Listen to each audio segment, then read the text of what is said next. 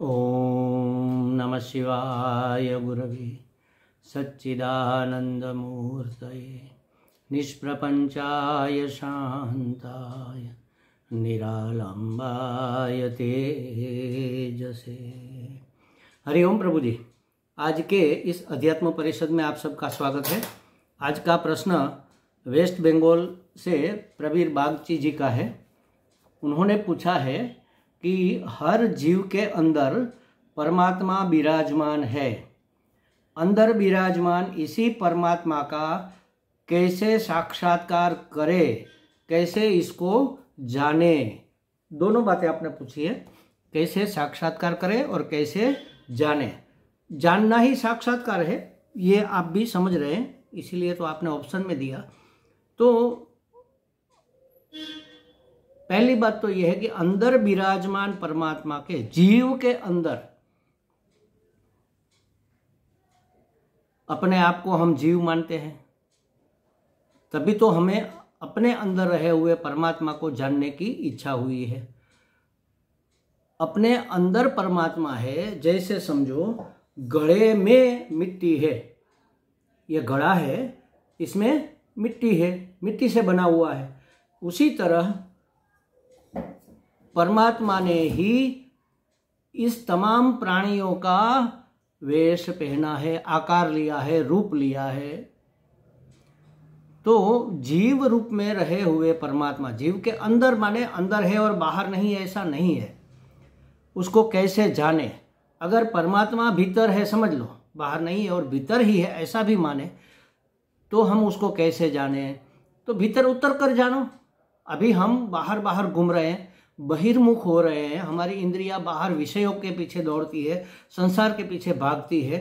तो बहिर्मुखता से अगर हमें परमात्मा का दर्शन नहीं हो रहा है तो हमें भीतर उतर कर देखना चाहिए। भीतर माने अंतर्मुखी होकर। तो अंतर्मुखी होने में क्या चीज़ें हमें बाधा डालती है, उन चीज़ों को हटाओ। माने क्या कि परमात्मा के ऊपर पड़ा हुआ जो पर्दा है, बीच में प्रतिरोध जो है, जो अवरोध है, उसको हटाने से परमात्मा का साक्षात्कार, परमात्मा का दर्शन प्राप्त होगा।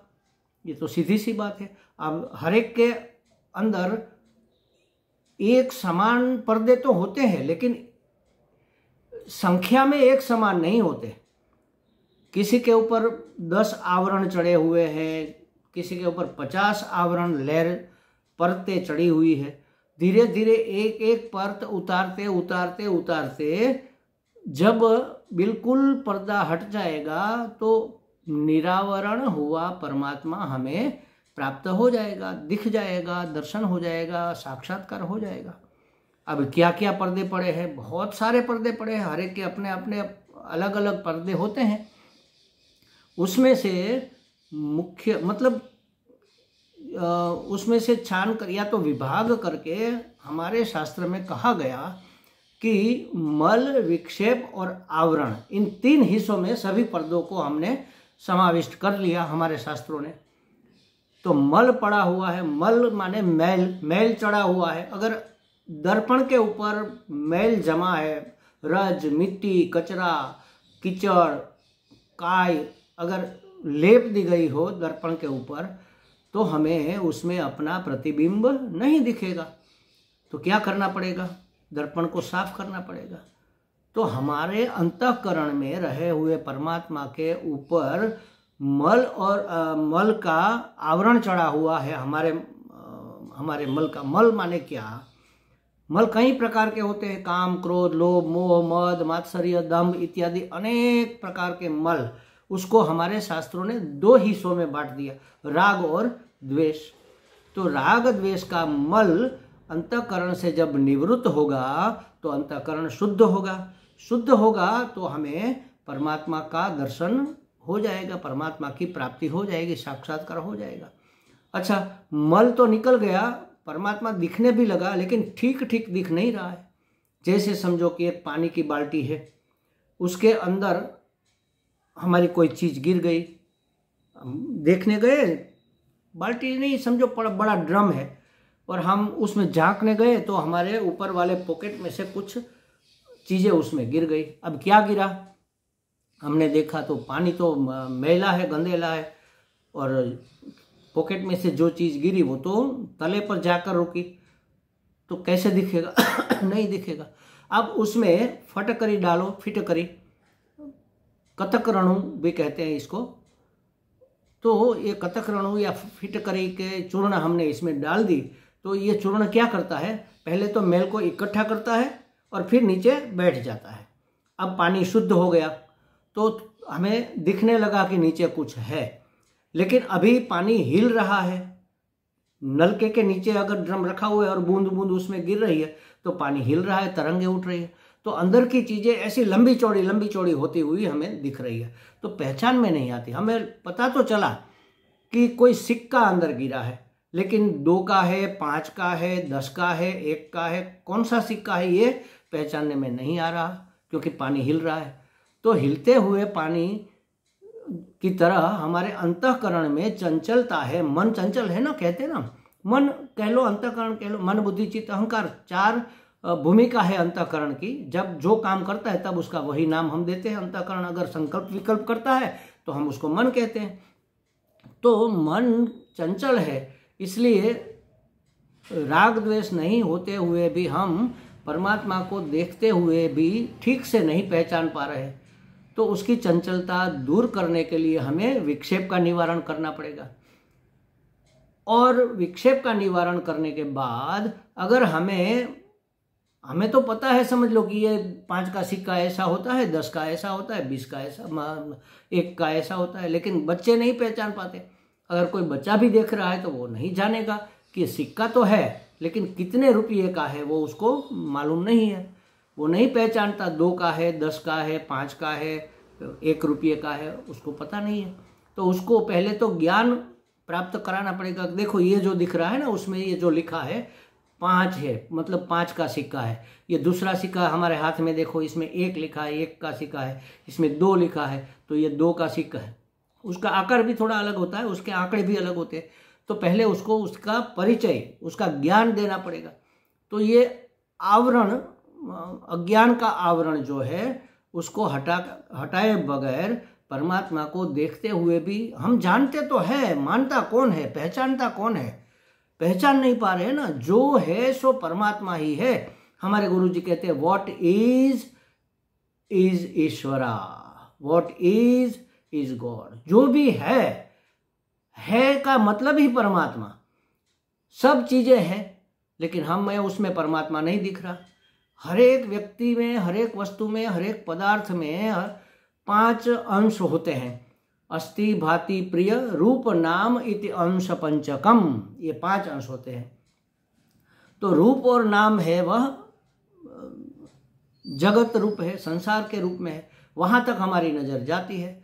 लेकिन जिस अस्ति भाति प्रिय माने सच्चिदानंद ने यह रूप लिया है और उसको हमने एक नाम दिया है, वह सच्चिदानंद ब्रह्म है, परमात्मा है, ईश्वर है।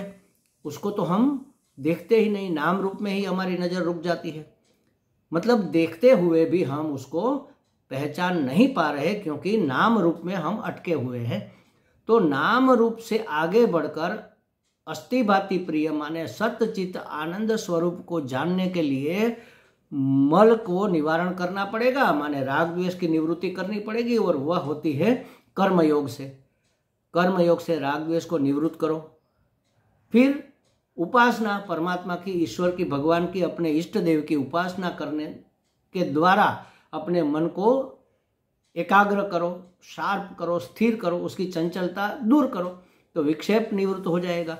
और शास्त्र का सद्गुरु से अध्ययन करके, ज्ञान प्राप्त करके परमात्मा को ठीक ठीक पहचान लो, तो हर जगह आपको परमात्मा दिखेगा। सत्य चित्त आनंद। किसी को पहचानने के लिए उसके लक्षण जानने पड़ते हैं ना।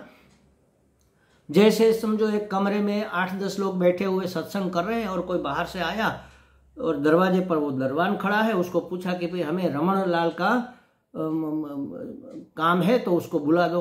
तो उसने कहा कौन है रमण लाल? भाई हम नहीं जानते।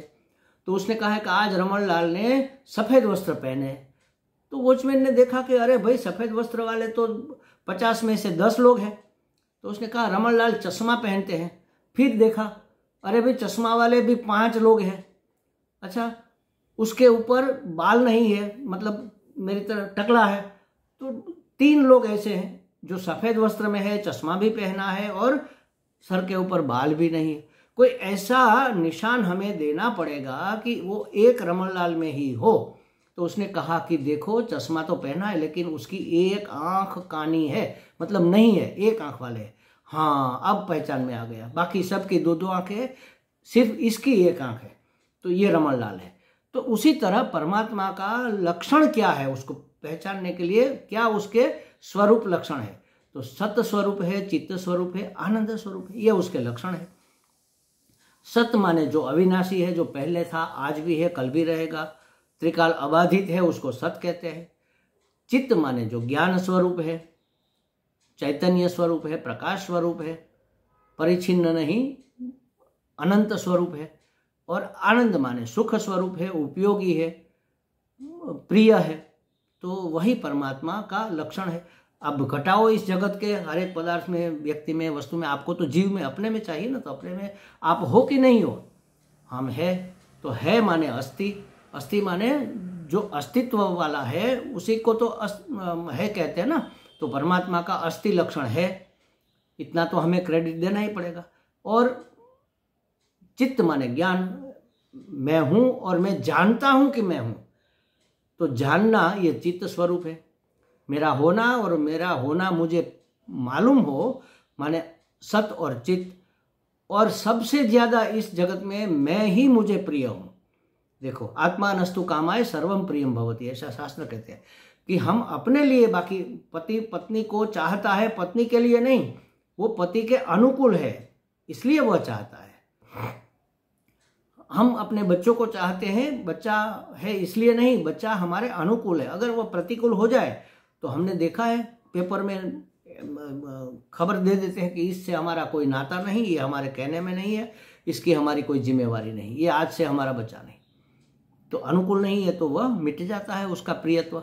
तो सत चित्त आनंद अस्थि भाति प्रिय होना और जानना और प्रियत्व होना, ये परमात्मा का लक्षण है। तो वो तो हर एक में है, और ये नाम रूप में छिपे हुए हैं। तो नाम रूप से हमारी नजर उसके भीतर तक अगर जाएगी तो अस्थि भाति प्रिय को पहचान पाएंगे।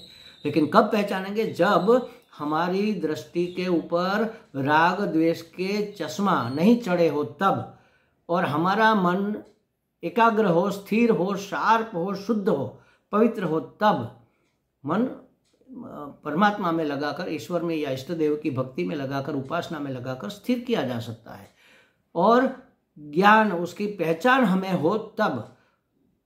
हम जा रहे थे, किसी ने पूछा कि भाई तुम्हें वो महाराज जी, क्या सामान्य व्यक्ति का कोई नाम दे दो, समझो कि यज्ञदत्त मिले कि नहीं मिले, रास्ते में वो आ रहे थे। हमने कहा कौन यज्ञदत्त? भाई हम तो पहचानते नहीं, मिले होंगे तो भी हम कैसे उसको पहचाने, हमें तो पता ही नहीं, हम तो उसको जानते ही नहीं। तो अगर वो हमारे सामने से गुजर जाए और उसकी पहचान ना हो तो हम उसको नहीं बता सकते। इसी तरह परमात्मा हमारी नजर के सामने है लेकिन हम उसको पहचान नहीं पा रहे। तो उसकी पहचान के लिए हमारे शास्त्रों में कुछ लक्षण, कुछ बातें कही हुई है, वह सब चीजें हमें अपने सदगुरु से, अपने गुरुदेव से, विद्वान महात्मा से, श्रोत्रिय ब्रह्मनिष्ठ गुरु से सीखनी चाहिए। तो मल विक्षेप आवरण दूर करके हम परमात्मा को पहचान सकते हैं, उसकी प्राप्ति कर सकते हैं, उसका साक्षात्कार कर सकते हैं। वेदांत का पूरा व्यवहार अपने आप को, अपने परमात्मा स्वरूप को पहचानने के लिए प्रवृत्त है। तो वेदांत का अभ्यास करो, उपनिषदों का अभ्यास करो, शंकराचार्य जी के लिखे हुए प्रकरण ग्रंथों का भी अभ्यास करो, तो धीरे धीरे धीरे परमात्मा की पहचान, एक के बाद एक नहीं होता, तीनों एक साथ होते हैं। राग द्वेष निवृत्त होते जाएंगे, मन स्थिर होता जाएगा और ज्ञान प्रवृत्त होता जाएगा। धीरे धीरे धीरे करके पहले थोड़ा उजाला होगा, थोड़ा ज्ञान हुआ, थोड़ा उजाला हुआ, दूज का चांद हुआ, फिर तीज, चतुर्थी, पंचमी, अष्टमी आधा ज्ञान हो गया, मतलब परोक्ष ज्ञान हो गया अष्टमी तक। फिर आगे बढ़ते बढ़ते बढ़ते पूर्णिमा पूरा ज्ञान हो गया। फिर उसको निधिध्यासन करके दृढ़ करो। परमात्मा प्राप्ति के उपाय में श्रोतव्य, मंतव्य, निधिध्यासितव्य, ऐसा याज्ञवल्क्य जी ने गार्गी को कहा था। हे गार्गी, परमात्मा को जानना चाहिए। कैसे जाने? तो श्रोतव्य, मंतव्य, निधिध्यास, उसको सुनो, उसके बारे में सुनो, जो सुना है उसके ऊपर चिंतन करो, मनन करो, चिंतन करो, निधिध्यासन करो और अपना ज्ञान को दृढ़ करो, अपने आप को पहचानो, अहम ब्रह्मास्मि को दृढ़ कर लो तो परमात्मा प्राप्ति हो गई, साक्षात्कार हो गया। तो हमें लगता है प्रबीर बागची जी को कुछ स्पष्टता हो गई होगी। हरि ओम। एक बात और है, कोई अगर हम सुन रहा है और हमें जानता पहचानता नहीं है, हमारा नंबर उसके पास नहीं है, तो हमारा नंबर लिख लो, आप व्हाट्सएप करके अपना परिचय देकर हमें कोई भी प्रश्न पूछ सकते हो। हमारा नंबर है 1 मिनट,